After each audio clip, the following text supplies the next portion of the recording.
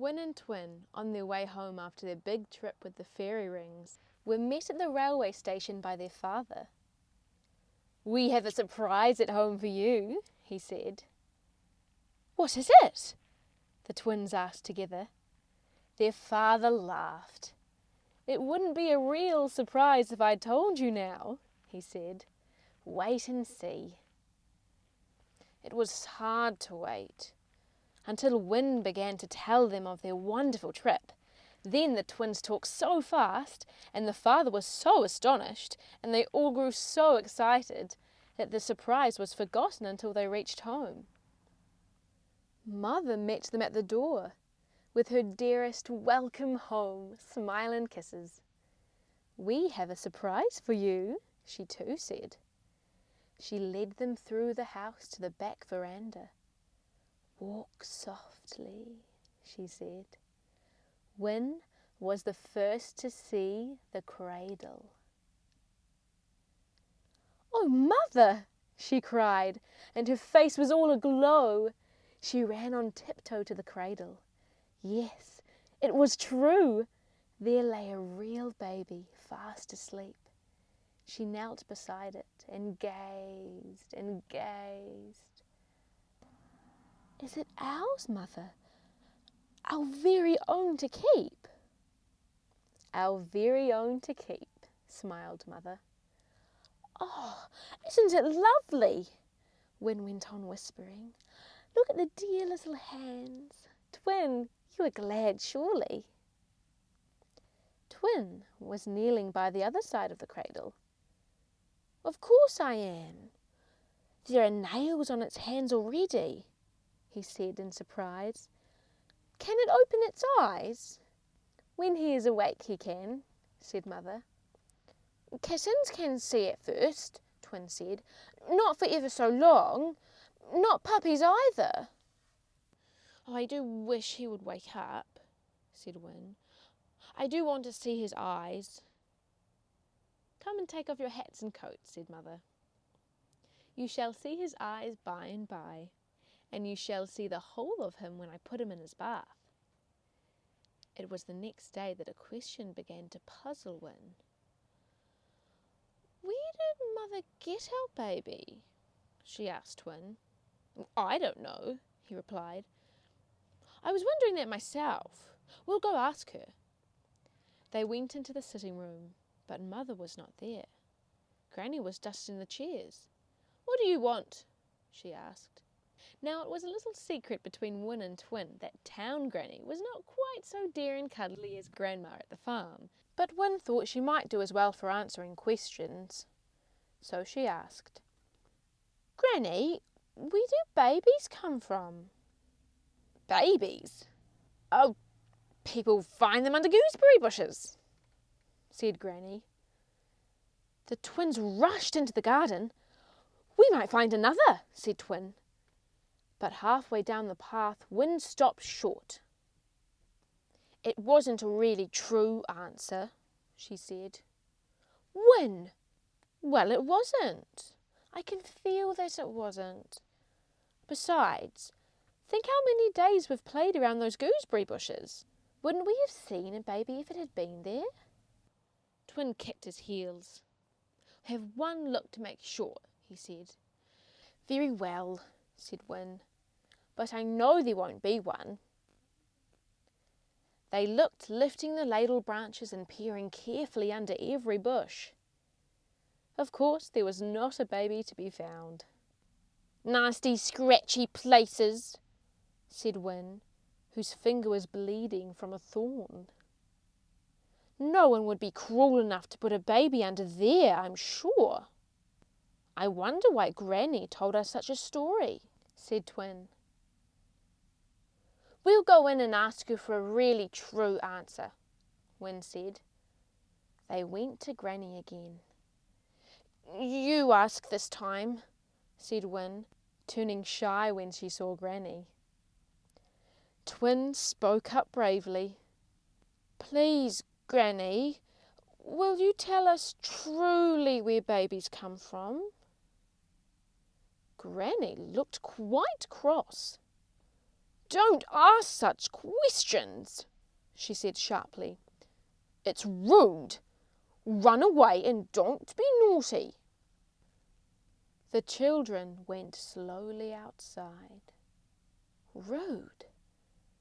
Their faces were red, and they didn't speak to one another, for somehow they felt ashamed. It was a horrid feeling. They couldn't understand it at all. We didn't mean to be rude, was all Win could think. But she didn't say it aloud. They played in the garden, not very happily at first, but now the two little girls from next door came in, and they all had a good romp, and the twins forgot Granny's crossness. But that night, Win woke from sleep feeling miserable.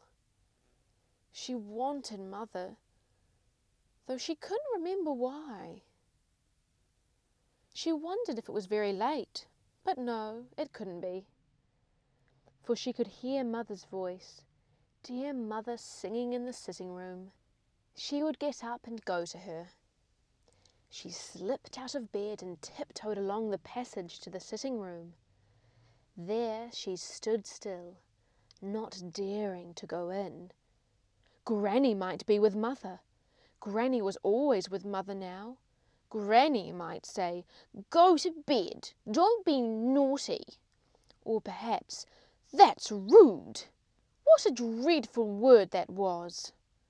Somehow it made you feel so hot. She turned hot now when she thought of it.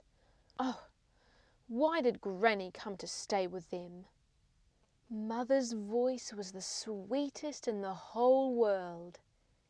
She was singing softly, as if the baby lay in her lap or in the cradle beside her, and she was so happy that she must sing. Now she stopped, and then began all over again. Win could hear the words. The world lies stilled in the mist. Baby dear, where cloud and earth have kissed. Baby, oh baby dear. But out of the stillness there comes a croon, mother bird singing to shrouded moon. My babies are coming out soon, ah soon. Slumber, my baby dear. We wait the sun-kissed day, baby dear, watching the night away. Baby, oh baby dear. Mother birds, baby birds, you love and I, warm in the house or under the sky, awake for the dawn and the glad by and by. Slumber, my baby dear. What will the future bring? Baby dear, will birds sweetly sing? Baby, oh baby dear. And what of your voice in the shrouded years? Will its music ring true to the listening ears? Will it call for joy or heartbroken tears? But slumber, oh slumber yet, baby my dear. Win crept back to the bedroom. She was crying, though she hardly knew why, unless it was because Mother's voice sounded so loving and yet so shut away from her. She crossed to Twin's bed. "Twin," she said, "Twin." "I'm awake," said Twin. "Where did you go to?" "To the sitting room, but the door was shut. I wanted to go to Mother, but Granny might be there." "What's the matter, Win? Are you sick?" "Not sick, but, Twin, Mother will tell us about babies. She won't be cross. I want to ask her if only Granny won't be there." "I'll come with you, Win. Never mind if Granny is there. Of course Mother will tell us." Hand in hand, the two little white-robed children trotted along the passage to the sitting-room door. Twin turned the handle and they peeped in. Joy! Granny was not there. Mother sat sewing alone, but for the baby asleep in his cradle. She looked up in astonishment at the children. "What is the matter?" she asked. The twins ran at her. Wyn snuggled into her lap and Twin hung around her neck. Mother's arms were around them both in an instant, and her kisses were very comforting. But she was puzzled. "What is it?" she asked again. "Has something frightened you?"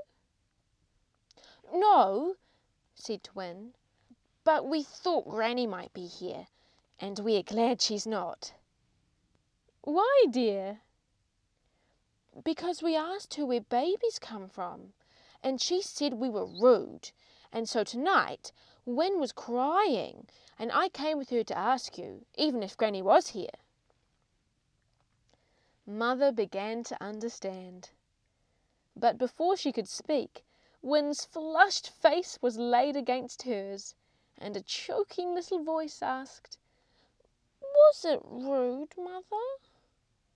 "No, darling," said Mother very gently. "Granny just made a mistake, that's all." She didn't understand. Of course you want to know where babies come from. All boys and girls do, and you shall know. I have been so busy with my new baby that I haven't had time to take you, but you shall go tonight. The twins were beaming now. "Go? Where?" they asked. "To Babyland," she said. "There you shall see things for yourselves. Dress and I will take you at once." She took them to their room, lit the lamp, and left them to dress. When they went back to the sitting room, she was standing in the middle of the floor with the baby in her arms.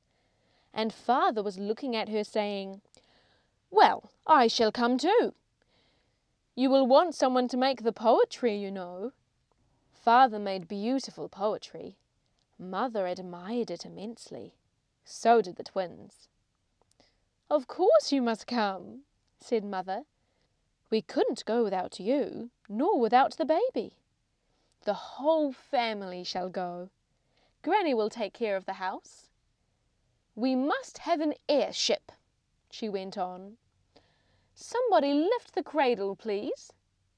Father lifted the cradle, and Mother touched it with her hand. It suddenly grew large and floated in the air by itself, and 2 white sails shot out from its sides like wings. The cradle had become a ship. "Oh, look! Mother is a fairy!" cried Wyn. A fairy she was. Gauzy wings stood up from her shoulders, her frock had changed to long, shining robes, and she was more beautiful than ever. The twins danced around her. "Mother was a fairy all the time, and we didn't know it till now!" they cried. She smiled at them. Mother is a fairy, and Father is a poet, and the twins have the power to hear and see as the fairies hear and see. So we are sure to find out everything, she said. "Now let us go." She stepped into the ship, sitting in the front to steer. The baby lay in her lap. Father and the twins followed. There were seats for all. "Open wall and let us through," said the fairy mother. The wall opened and let them through, and closed again behind them. Out they sailed into the starlit night.